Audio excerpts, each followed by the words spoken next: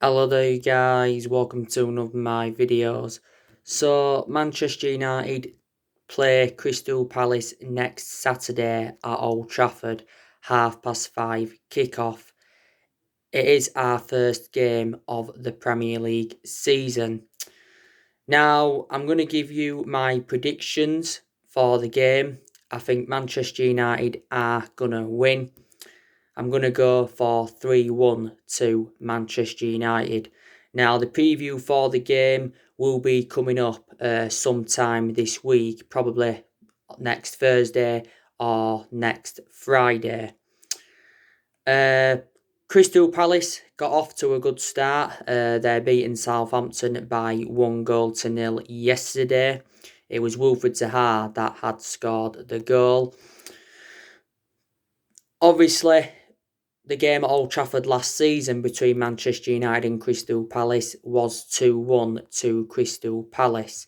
And that was Crystal Palace's first victory against us at Old Trafford since 1989. We did beat them in the game at Selhurst Park by 2-0. But we have usually got a very, very good record against Crystal Palace. They have got some good players in their team. Like I said, they've got Wilfred Zaha. They've got Patrick Van Aanholt. He scored the winner in the game last season. They've got Christian Benteke. They've got Jordan Ayew.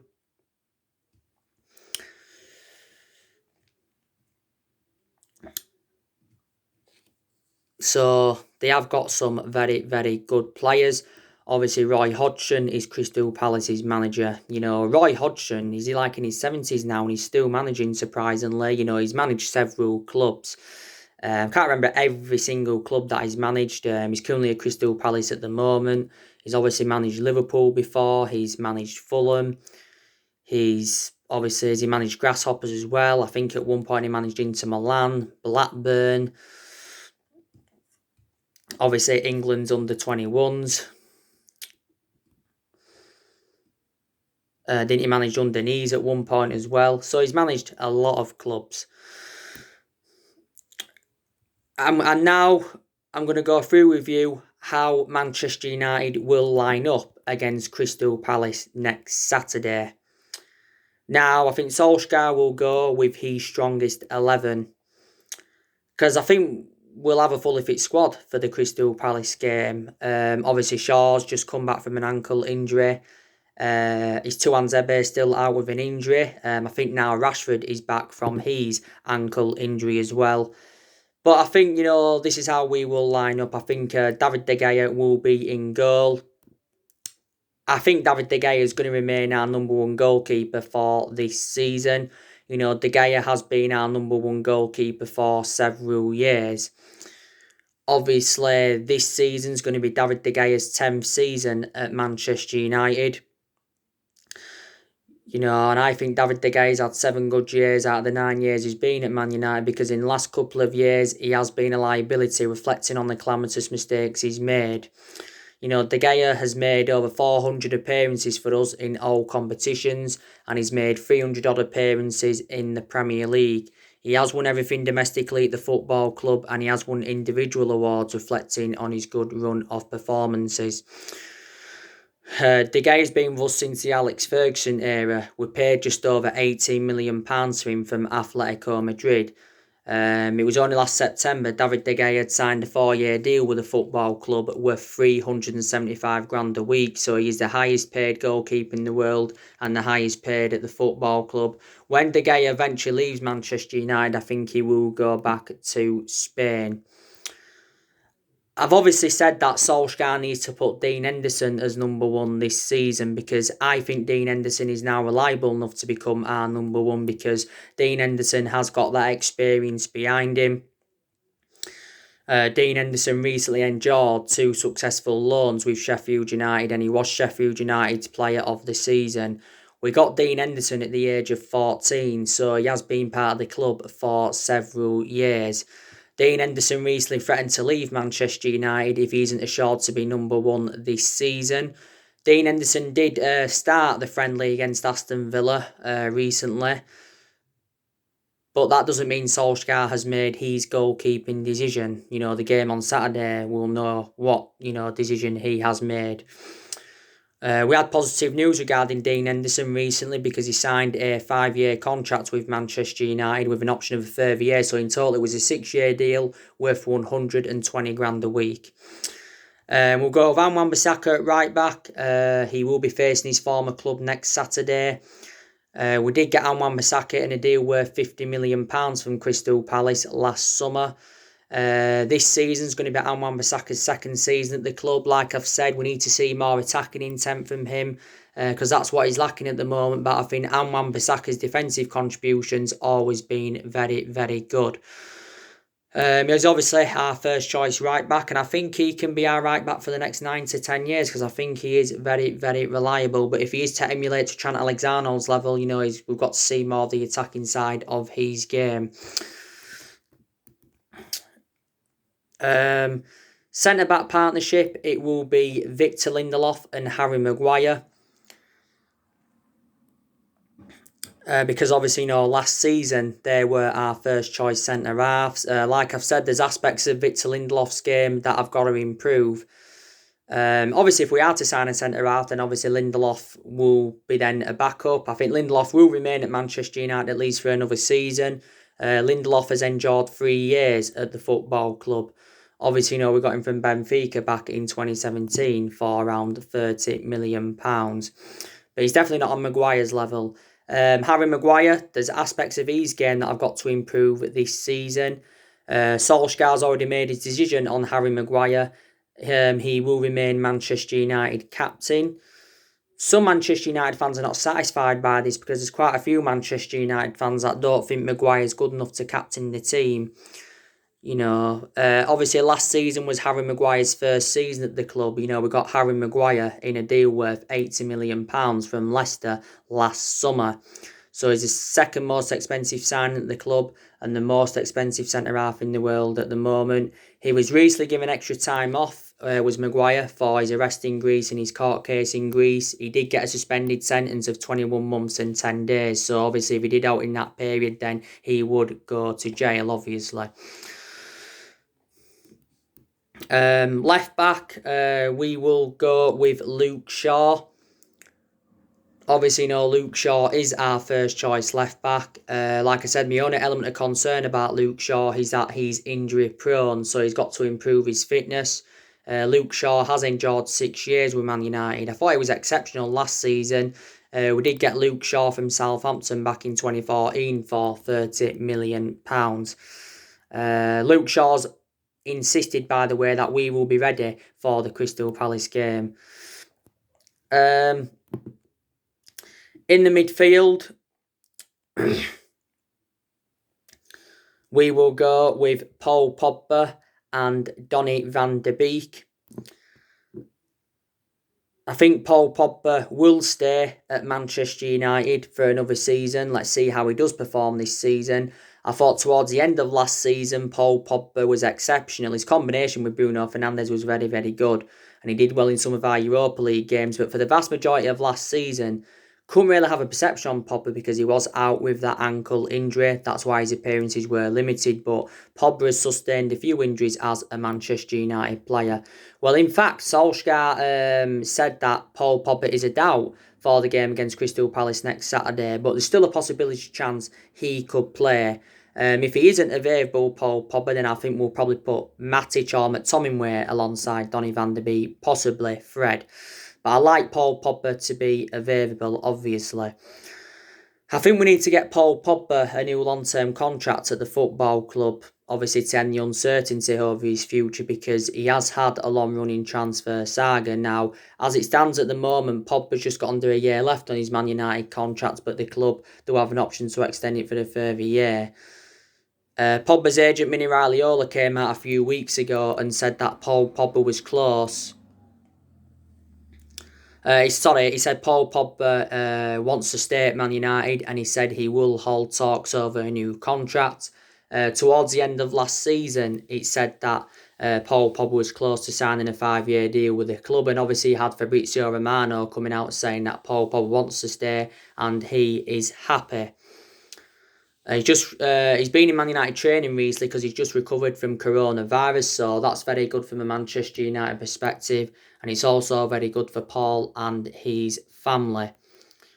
But as it stands at the moment, Pogba's our most expensive signing because we paid £89 million for him.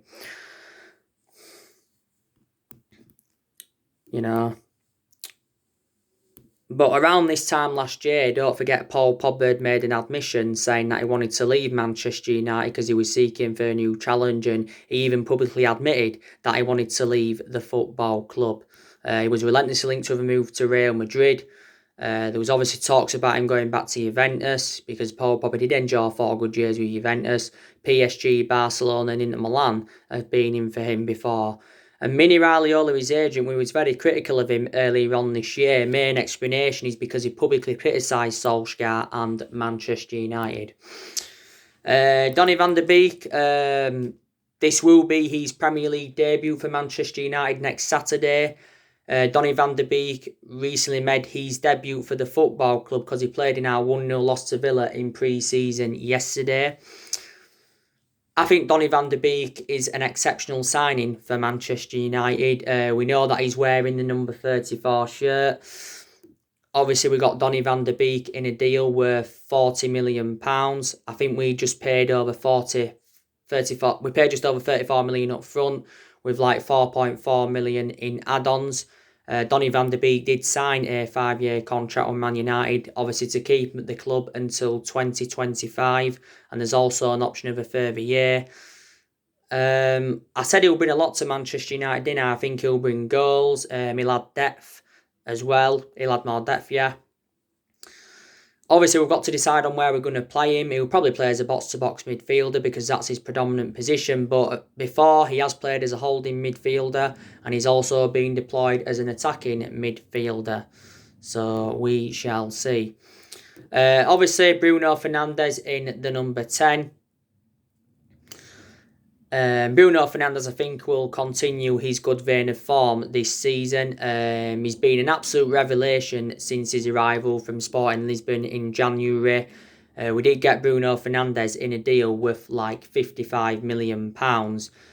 He's already won Premier League Player of the Month 3 times, reflect on his good performances, and I think he's scored around 13 goals for us in all competitions since his arrival. But he's definitely made the difference in the team. Now, on the left-hand side, we will go with Marcus Rashford. I think he's available. I think Rashford has really, really improved under Solskjaer, if I'm going to be honest with you. You know, Rashford's been part of the club for several years. I think he's been with us around 15 years. Obviously, he's been a United player since the age of 7, and he's been in our senior squad since 2016. And since then, has become an integral part of our team. But we know Rashford now plays out wide. On the right, Mason Greenwood. That's if we don't obviously sign Sancho before the Crystal Palace game. We may not now get Sancho anyway, so it probably will be Mason Greenwood. Last season, a lot of Mason Greenwood's appearances came from the bench, but towards the end of last season, he was getting a lot of starts. Mason Greenwood has recently apologised for what happened. Don't forget Mason Greenwood and also Phil Foden were withdrawn from the England squad by Gareth Southgate for bringing girls back to the team hotel and obviously breaking COVID-19 guidelines. We recently gave Mason Greenwood the number 11. He is the 4th Manchester United player to play in the number 11 because obviously before Greenwood we had Martial in number 11. At one point we had Adnan Januzaj in the number 11 and Ryan Giggs played in number 11 for like 25 years. But last season Mason Greenwood was playing in the number 26. And up top we will go with Anthony Martial. He will remain in that number 9 role. He's very, very effective in that central position. I think Martial will continue his good vein of form. He was exceptional last season under Solskjaer. He's enjoyed 5 years with the club and I think he's had 2 good seasons. Did well last season like I mentioned and did well in his debut season under the Louis van Gaal era. we paid around £36 million for Anthony Martial. So that is actually, our strongest 11. It is. But like I've said to you, it's very, very imperative that we do have a strong start to this season. Crystal Palace and Brighton are the first 2 games, but like I've mentioned, within our first 7 games, we have got Arsenal, Chelsea, Tottenham and Everton, and they're all going to be tough games for Manchester United. Personally speaking, I don't think Solskjaer is ready for the new season. But this season is the big test for Solskjaer, because this season is going to be his second full season at the football club. And obviously, there's improvements needed this season. I've already seen improvements since Solskjaer came, but there's more improvements needed this season. Still certain players that have got to step up to the plate. Solskjaer's decision-making's got to improve. There's aspects of our game that have also got to improve. Defensively we need to improve. We need to be slightly more clinical in front of goal, score more goals and that. But we do look very, very good now in that midfield. It's a fantastic midfield trio is Van der Beek, Paul Pogba and Bruno Fernandes. And Solskjaer knows that he's got bigger expectations to exceed this season. I think our expectations this season will be to challenge for the Premier League title, and that's if we do make...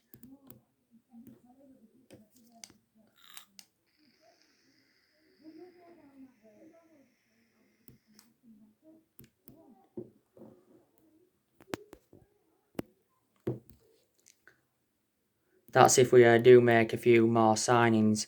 Because I want us up there competing with the likes of Manchester City and Liverpool. Perhaps now Chelsea.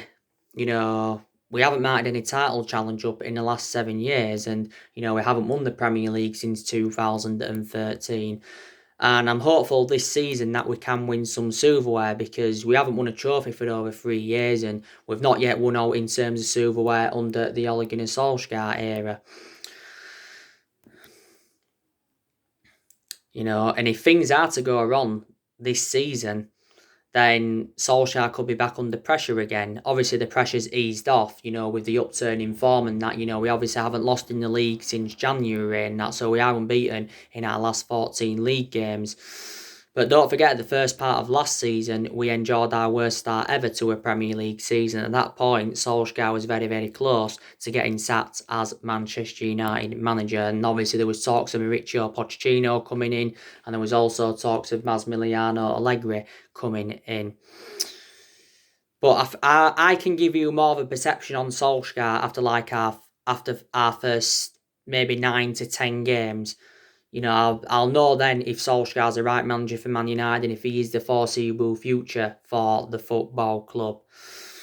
Because I said, we needed to give him another season, and we are doing this, of course, because it is a transition period at Man United, and it has been a transition period for a while. Now, maybe if we hadn't got qualification for the Champions League, then possibly Solskjaer could have been sacked, but... To be honest with you, last season he exceeded most of his expectations. Obviously got us qualification for the Champions League, and I did say how important that was. We also finished third, and we did progress to 3 semi-finals. We got to the FA Cup semi-final, the Europa League semi-final, and we got to the EFL Cup semi-final. But there's still things Man United have got to do in this summer transfer window. We've got quite a lot to do, actually, and there's only like 3 weeks left until the summer transfer window shuts. And so far, we have only made one sign. We've got to try and sign a centre-half in the space of 3 weeks. I said I want Manchester United to get a left-back in, because that'll be also very, very beneficial. Obviously, we're looking to offload players. We're hoping to offload a few players, I think, by the time we play Palace, is it? Obviously, we're looking to get rid of the likes of Jesse Lingard and Andres Pereira, because they're very inconsistent, and plus they don't get in the team now anyway. Smalling, he obviously won't get in the team. I think he's close to going to Roma. Rojo, he's obviously not going to get in the team, so we need to offload him. We need to offload Phil Jones. Like I said, Diego Dalot, he's open to leaving the football club. I give you the news on Diego Dalot on my recent video. And he's obviously unhappy at Manchester United, with his lack of game time. He's made it clear to us that he wants to leave, but Solskjaer's refusing to let him leave at this moment in time. I heard that, is it Lille, they've inquired about his services. PSG and Barcelona have been in for him before. I think we want around £20 million for Diego Dalot. We did pay around £19 million in from Porto in Jose Mourinho's final transfer window, and Dalot has got a contract of us till 2023. I think he only made one start in the Premier League last season. The first part of last season, I think Diego Dalot had back-to-back injuries. But he's our backup right back to Wan-Bissaka. Even Timothy Fosu-Mensah, I heard that we've put him up for sale, but he got a few starts towards the end of last season, so we actually preferred him over Diego Dalot. When he played against Palace towards the end of last season, that was his first appearance for Man United in like 15 months. Ethan Laird, who recently got promoted into senior squad, he's also another option at, a right back. But yeah, we need to offload Dalot. Like I said, Sergio Romero, he's open to leaving the club because obviously Romero's not going to want to stay at Manchester United, when he's third choice goalkeeper and that, because he's now third choice goalkeeper. A few clubs are in for Romero. Like I said, Villa try to get him. The Athletic did recently say that Villa have agreed a fee of around £8 million with us to get Sergio Romero. Chelsea have recently been in for him. They have been looking for a replacement for Kepa Arrizabalaga. Everton were in for him. Leeds have obviously been in for him as well. Romero's just got under a year left on his Man United contract, but the club do have an option to extend it for a further year. Romero has been at Man United 5 years. We got him on a free from San Pandora back in 2015. So, yeah. But we sell players in this summer transfer window, will generate money, and it will help us with our rebuilding process, obviously. But Solskjaer has recently revealed that he is frustrated with, our board. Main explanation is over the lack of transfer business so far. And I feel as though that, Solskjaer is progressing as Manchester United manager because he's publicly admitted that Manchester United have got to spend money in this summer transfer window. And I feel as though that Solskjaer does deserve more backing. I don't think he's getting backed enough. And, Woodward said a few times he's determined to back Solskjaer. The Glazers have said they're determined to back Solskjaer. Since, like, the Jose Mourinho era, we have been in the process of trying to get a director of football in. And I said it would be beneficial if we get one in, someone to join Solskjaer's structure. But if we are to get one in, we need someone who knows the club, knows the culture of the club, someone who's got that experience.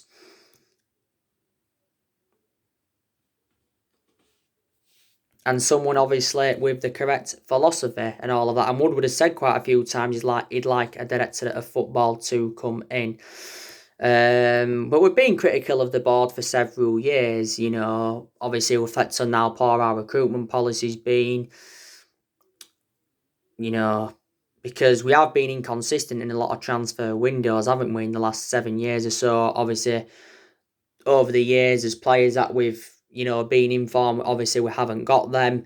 We've obviously overpaid for players in recent years. Obviously all the managers we've had since Ferguson retired, they haven't been backed enough, obviously. So this is why. But Woodward's been at the football club since 2012, and the Glazers have been at the football club since 2005. So Woodward's been with us around 8 years, and the Glazers have been with us around 15 years. So there you go. And another one of my element of concerns is there's teams around us that are doing very, very good recruitment. Chelsea by far have been the best. Obviously, they brought the likes of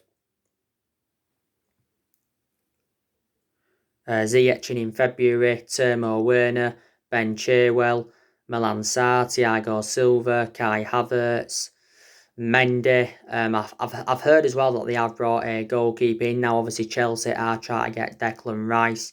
Chelsea could be in there with a shout for this season. You've got Arsenal there, recently signed Gabriel Magalhaes, and they got Willian on a 3. Liverpool, they've only made one sign at the moment, that's to Sikmas. City, they've obviously signed Nathan Ake and Ferran Torres. Tottenham, they've made some signings as well. They got Holberg, Joe Hart on the 3, Doherty, Kyle Walker-Peters. Leeds, they've also made some pretty decent signings. Everton, I heard they signed James Rodriguez as well. So that's another one of my element of concerns.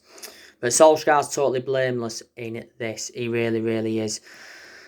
You know, he really, really is. But Solskjaer, you know, he's trying to change the culture of the club, and you can see that obviously he's trying to improve the squad.